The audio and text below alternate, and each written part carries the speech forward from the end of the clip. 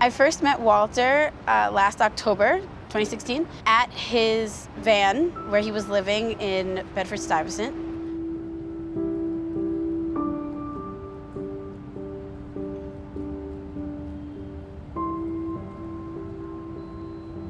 So I just showed up in a breaking ground van, and he was there, and I managed to write to him, "I'm your new case manager. We're going to work together."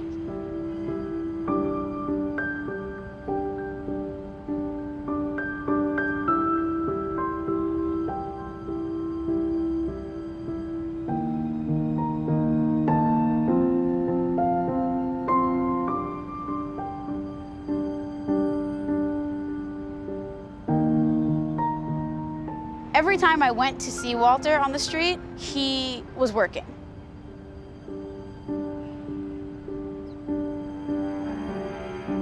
But I think the second time I went out there, he just showed up, which was just serendipitous that he just happened to show up. And he was pushing his walker and had a tire on it. And it was just pushing the tire on the walker across the street. That was how he was doing his work. The third time I saw him, he was working on his car, organizing things, because at that point his belongings had come outside of his car and he was strapping them onto the back.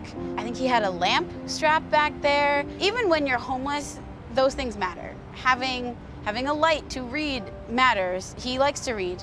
Having blankets, all of that matters.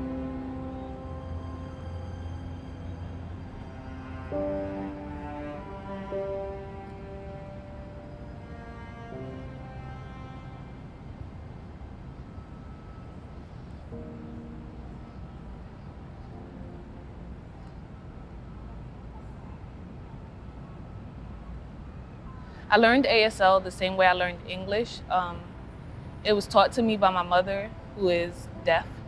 So once someone is willing to work with breaking ground and come indoors, it's just a great feeling.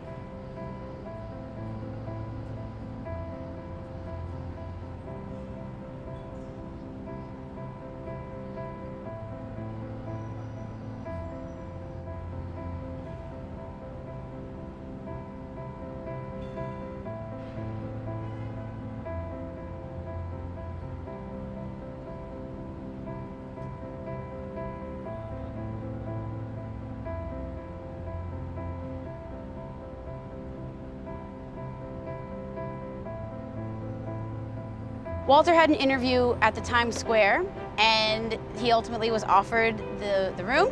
He then accepted the room. The housing interview with Mr. Malone was a great experience. To see his face once we showed him the room, it was great. It was like, no hesitation, I love it. I want to be here, I love the area. You know, so it made me feel really glad. I just want to help, and you can only help somebody that allows you to help them. Walter was my first lease signing and move-in, and I was nervous about it.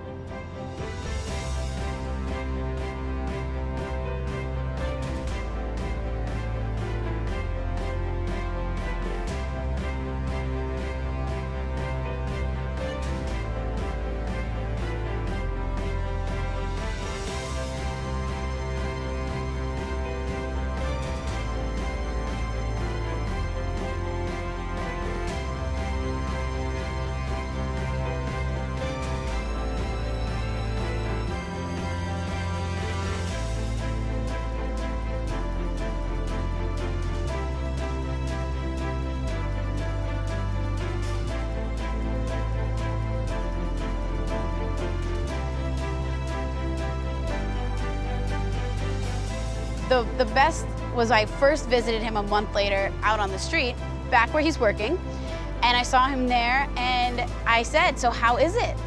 And he held up his key on his neck, he kissed his key, and he clearly said, "Very beautiful."